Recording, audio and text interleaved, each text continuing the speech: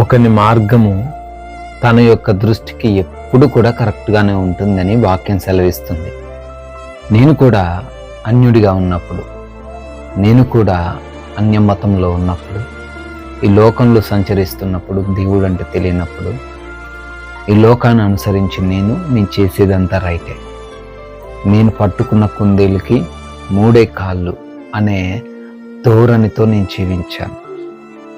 దేవుణ్ణి తెలుసుకున్నాక నా మార్గం తప్పు, నేను మాట్లాడేది తప్పు, నా ప్రణాళికలు తప్పు, నా ఆలోచనలు తప్పు అని నేను తెలుసుకున్నాను. సహోదరులారా, ముఖ్యంగా యవ్వనస్తులారా, నువ్వే నిర్ణయం తీసుకుంటున్న బహుశా నీకు కరెక్ట్గానే అనిపిస్తుంటుంది.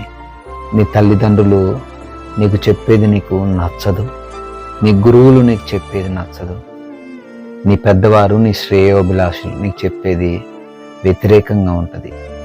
ఈ వయసులో నేను చేసేది రైట్ అని అనుకుంటావు, కానీ అదే స్థితిలో నుంచి వచ్చిన నేను చెప్తున్నా, అవన్నీ కూడా నేను నాశనానికి నడిపేవి. దేవుని వైపు తిరిగిన నీవు దేవుని మాటనే విను. బైబిల్ నీ చేతిలో ఉంది, వాక్యాన్ని నువ్వు చదువుతున్నావు. దేవుడు ఎప్పుడు కూడా నిన్ను కష్టమైన నష్టమైన మంచి మార్గంలో నేను నడిపిస్తాడు. ఆయన నిన్ను విడిచే దేవుడు కాదు, నిన్ను వదిలిపెట్టే దేవుడు కాదు. కాబట్టి నీ మార్గం నువ్వు ప్రక్కన పెట్టు, నీ మార్గాన్ని నువ్వు ప్రక్కన పెట్టి, నీ ఆలోచనని నువ్వు ప్రక్కన పెట్టి దేవుడు చూపిన మార్గంలో నడువు.